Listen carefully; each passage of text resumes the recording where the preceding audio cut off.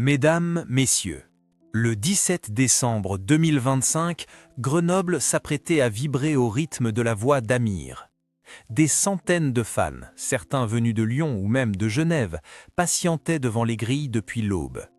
Mais à 19h23, une annonce glaciale surgit sur les réseaux sociaux. Concert annulé pour cause d'urgence médicale. Dans un message laconique mais empreint d'émotion, Amir écrit « C'est avec le cœur lourd que je dois vous annoncer. Mesdames, Messieurs, le 17 décembre 2025, Grenoble s'apprêtait à vibrer au rythme de la voix d'Amir. Des centaines de fans, certains venus de Lyon ou même de Genève, patientaient devant les grilles depuis l'aube. Mais à 19h23, une annonce glaciale surgit sur les réseaux sociaux. Concert annulé pour cause d'urgence médicale. Dans un message laconique mais empreint d'émotion, Amir écrit « C'est avec le cœur lourd que je dois vous annoncer ». Quelques mots, mais tant de silence. Pourquoi ce mutisme sur l'état réel de son guitariste Édouard? Que s'est-il réellement passé dans les coulisses à quelques minutes du lever de rideau? Amir, connu pour sa transparence et sa proximité avec le public, aurait-il choisi de cacher une vérité plus sombre? Et si ce n'était pas seulement un incident isolé, mais le révélateur d'une crise plus profonde? De son vrai nom, Laurent Amir Khalifa Khedider Haddad, Amir naît le 20 juin 1984 à Paris, dans une famille juive originaire de Tunisie. Très jeune, ses parents s'installent à Tel Aviv, où il grandit entre deux cultures, deux langues, deux appartenances. Avant la musique, Amir embrasse une carrière de chirurgien-dentiste, métier qu'il exercera jusqu'au seuil de la célébrité. Mais la passion du chant ne l'a jamais quitté. Dès 2006, il participe à la version israélienne de Nouvelle Star, mais ce n'est qu'en 2014 qu'il perce véritablement lors de sa participation à The Voice France. Coaché par Jennifer, il accède à la finale et surtout conquiert le cœur du public. 2 ans plus tard, c'est la consécration avec J'ai cherché, un tube porté par l'Eurovision 2016 où il termine 6e pour la France, un exploit rare depuis plus de 20 ans. À partir de là, Amir devient l'un des artistes francophones les plus aimés de sa génération. Son style est identifiable, voix douce, texte optimiste, énergie rayonnante. Ses albums Addictions et Ressources s'écoulent à des centaines de milliers d'exemplaires. Les récompenses pleuvent. Energy Music Awards, disques d'or et de platine, salle comble. Mais au-delà des chiffres, c'est son image d'homme simple, bienveillant et profondément humain qui le distingue dans une industrie souvent brutale. Lorsque l'année 2025 commence, Amir est au sommet. Il prépare son retour sur scène avec un nouvel album intitulé Ressent, plus intime, plus mature. Le lancement de sa tournée nationale est annoncé pour octobre avec des dates dans toutes les grandes villes de France, Lille, Toulouse, Marseille, Nantes, Paris. Chaque date affiche complet en quelques heures. Le public est au rendez-vous, fidèle et enthousiaste. Amir, lui, promet des concerts plus proches, plus sincères, plus habités que jamais. Mais derrière l'enthousiasme apparent, quelques indices d'essoufflement surgissent. Des stories Instagram où il semble fatigué, des vidéos de répétition où les sourires paraissent un peu forcés. Ses équipes, fidèles depuis ses débuts, s'affairent à maintenir une cadence éprouvante, enchaîner plateau télé, interviews, déplacements et une logistique de tournée complexe. Parmi ses plus proches collaborateurs, un musicien se détache, Édouard, son guitariste attitré, présent à ses côtés depuis 10 ans. On dit de lui qu'il est plus qu'un partenaire musical, un ami, un frère d'âme, presque un confident. Il est celui qui, sur scène, capte les silences d'Amir, devine ses respirations, le soutient dans les instants de tension. Le concert de Grenoble devait être la 22e date d'une tournée sans pause. Prévu dans la salle prestigieuse du Summum, l'événement devait accueillir 3000 spectateurs.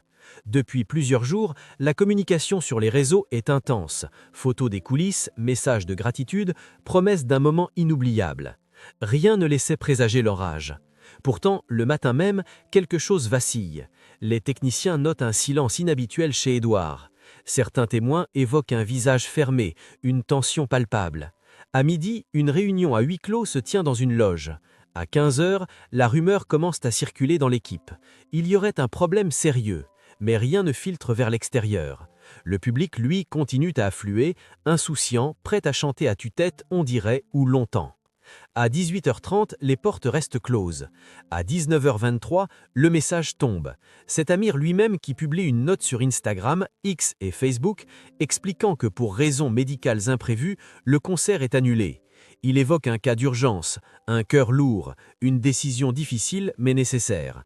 Mais aucune mention d'Edouard, aucune explication sur ce qui s'est réellement produit. Amir n'est pas seulement un chanteur. Il incarne, depuis bientôt une décennie, l'espoir d'un certain public français. Celui qui croit encore à la simplicité, à l'élégance sans arrogance, à la musique qui rassemble. Avec sa voix claire et ses refrains lumineux, il a su créer un lien presque familial avec son public. Ce lien, il l'a forgé à force de concerts intimes, d'interactions constantes sur les réseaux et d'un discours toujours bienveillant, toujours positif.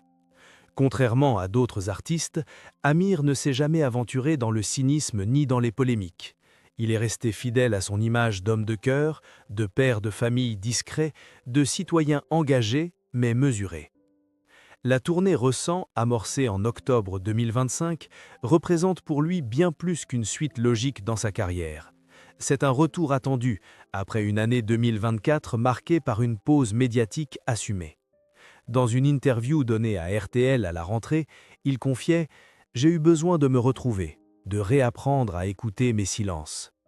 Cette pause, il l'a consacrée à sa famille, à ses enfants, mais aussi à l'écriture.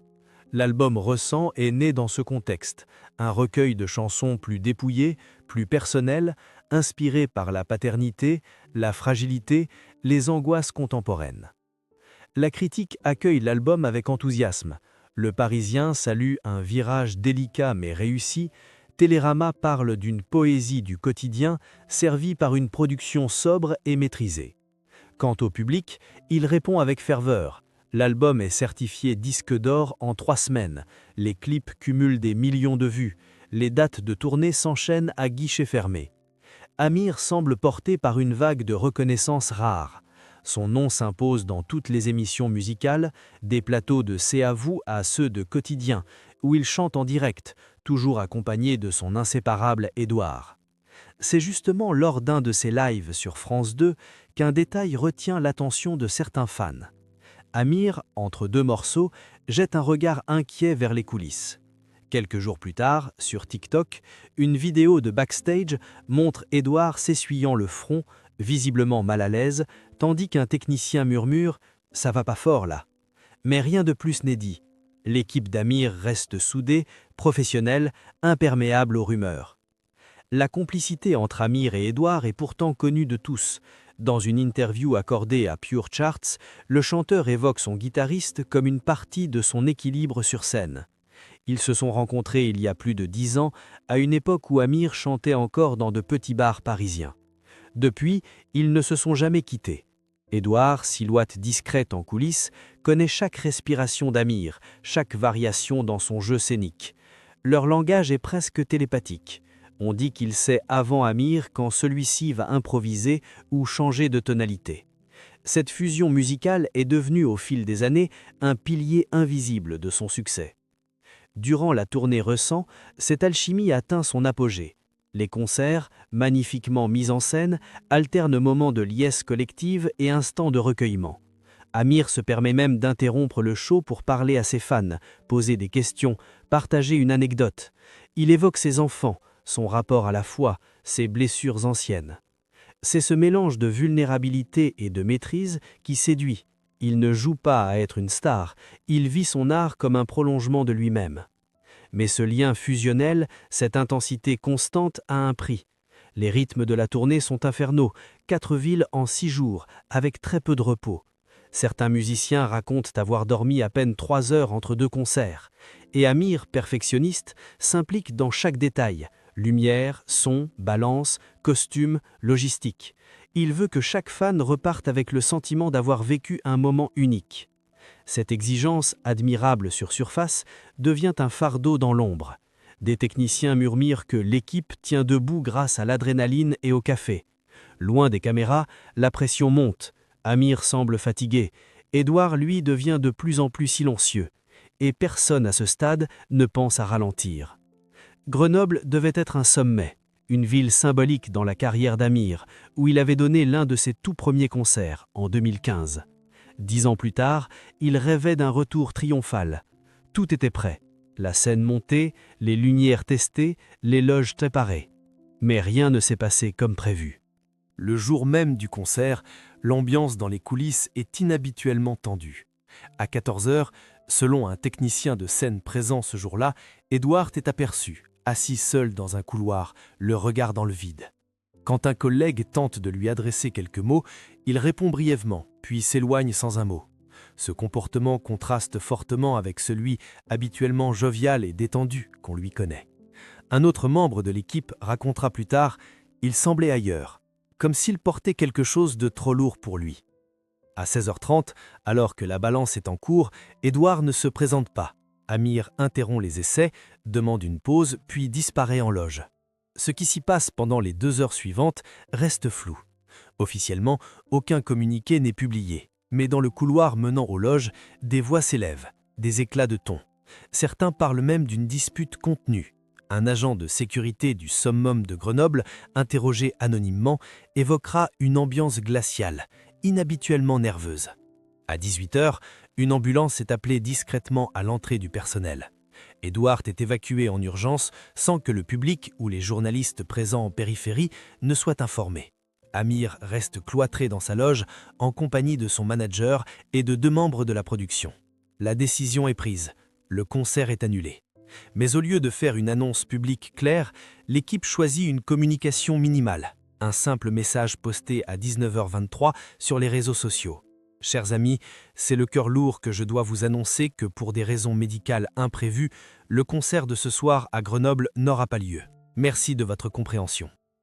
Ce qui frappe immédiatement, c'est l'absence totale de détails. Aucun nom, aucun diagnostic, aucun engagement de nouvelles dates.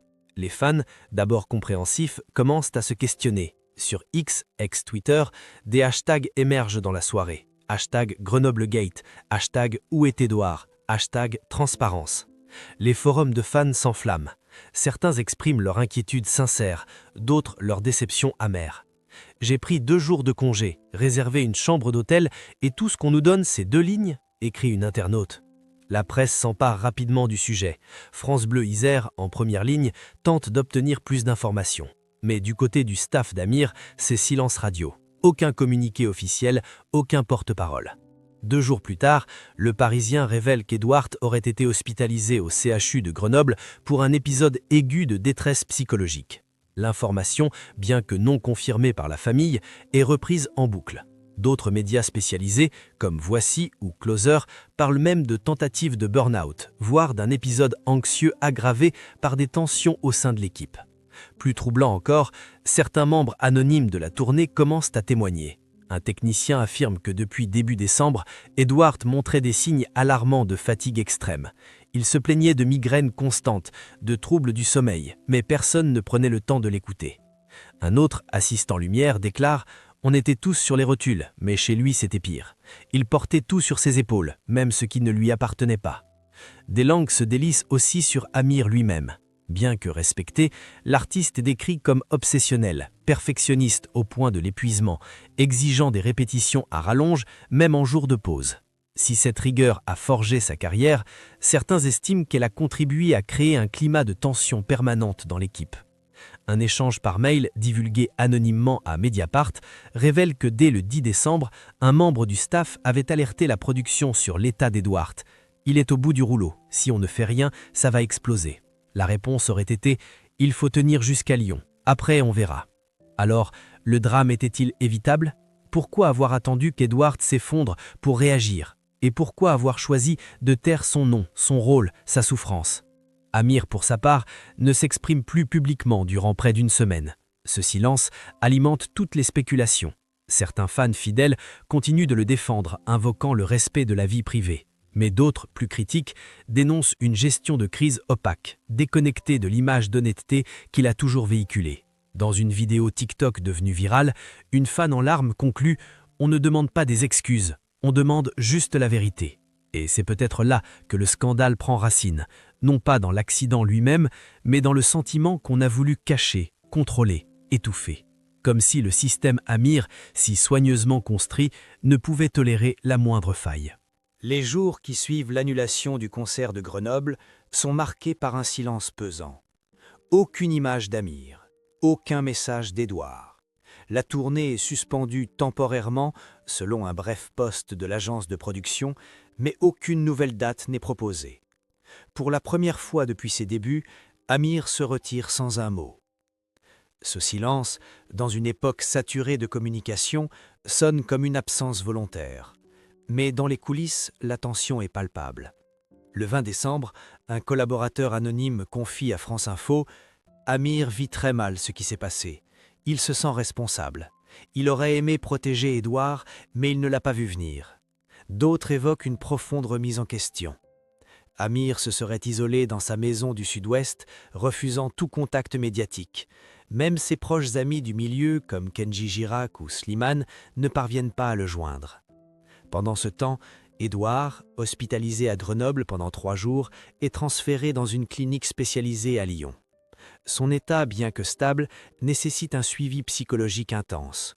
Aucun membre de l'équipe ne communique à ce sujet, mais selon le Dauphiné libéré, son entourage familial aurait demandé qu'on respecte son besoin de repos, après des mois d'épuisement passés sous les projecteurs. La presse, elle, s'emballe. Le Figaro publie une tribune titrée « Le show business tue-t-il les discrets ?» dénonçant la pression silencieuse exercée sur les membres de l'ombre dans les tournées modernes.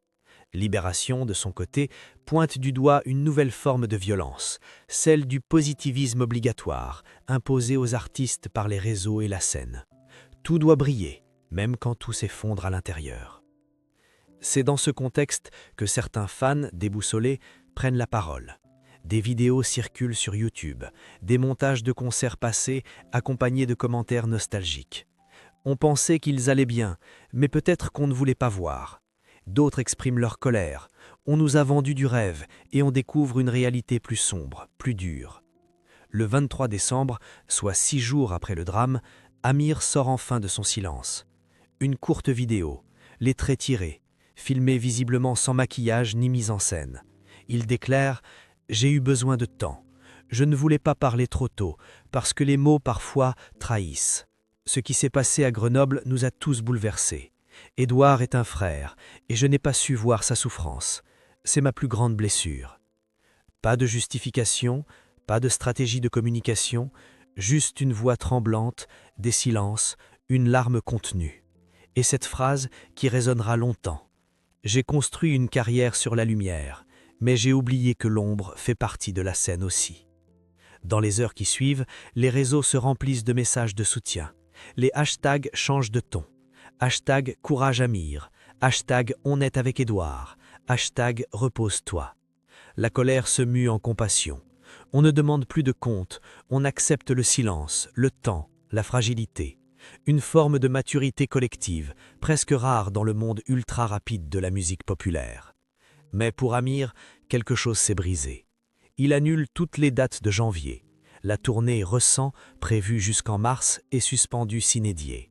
Dans une lettre adressée à ses fans, publiée sur son site officiel, il écrit « Je ne sais pas quand je reviendrai. Peut-être bientôt, peut-être plus tard, mais je reviendrai différemment, plus vrai, plus humain. » Au-delà des projecteurs, des tubes et des salles combles, l'affaire de Grenoble a révélé une vérité plus universelle. Même les étoiles les plus aimées peuvent vaciller. Le scandale autour de l'annulation du concert d'Amir n'a pas pris la forme d'un clash, d'un excès ou d'un mot de trop. Il s'est cristallisé dans un silence, celui d'un homme brisé par la culpabilité, celui d'un musicien tombé d'épuisement et celui d'un public confronté pour la première fois à la face cachée d'un système qui l'idolâtre. Cette crise a mis en lumière la tension permanente entre l'image que l'on donne et la réalité que l'on vit. Amir, symbole de lumière et de sincérité, s'est heurté à ses propres limites. L'homme derrière la voix s'est effondré, non pas physiquement, mais émotionnellement, confronté à une réalité qu'il n'avait peut-être jamais voulu voir, celle de la pression constante, de la perfection exigée, du bonheur performatif. Il a compris que même l'amour du public ne peut pas tout réparer, pas quand les fondations tremblent de l'intérieur. Mais ce scandale a aussi ouvert une brèche précieuse. Pour la première fois, Amir a laissé paraître ses failles, ses silences, ses doutes. Et loin de le fragiliser, ce dévoilement l'a rendu plus humain, plus vrai. Il ne s'agit plus du chanteur au sourire inaltérable, mais d'un homme capable de dire « je ne vais pas bien » et de suspendre la course pour mieux se retrouver. Les fans, dans leur grande majorité, ont su entendre cette vulnérabilité. Loin de le rejeter, ils l'ont entouré. Des courriers, des vidéos, des poèmes affluent. Sur Instagram, un fan écrit « Merci d'avoir enfin montré que tu n'es pas qu'un artiste, tu es aussi un homme, et c'est pour ça qu'on t'aime. » L'émotion devient collective, et quelque chose d'inattendu naît de cette fracture. Une reconnexion plus profonde, moins idéale, mais plus sincère. Reste une question essentielle posée par de nombreux commentateurs. Pourquoi a-t-il fallu attendre la chute pour qu'on entende la souffrance ? Pourquoi l'industrie musicale n'est-elle pas capable d'écouter avant l'effondrement ? Ce drame aurait-il pu être évité si le système valorisait davantage l'équilibre humain que la performance continue ? Aujourd'hui, Édouard poursuit sa convalescence loin des scènes. Amir, lui, s'est retiré pour un temps indéfini. Mais au fond, cette pause n'est pas un abandon, elle est une respiration, une tentative de réparation. Car au final, la plus grande force d'un artiste ne réside pas dans sa capacité à briller sans cesse, mais dans son courage à s'arrêter, à reconnaître ses limites et à revenir quand il sera prêt. Et vous ? Pensez-vous qu'un artiste puisse renaître après avoir montré ses blessures au grand jour ? Pouvons-nous encore aimer un chanteur quand il cesse d'être parfait ? Ou est-ce précisément là que commence l'admiration véritable ?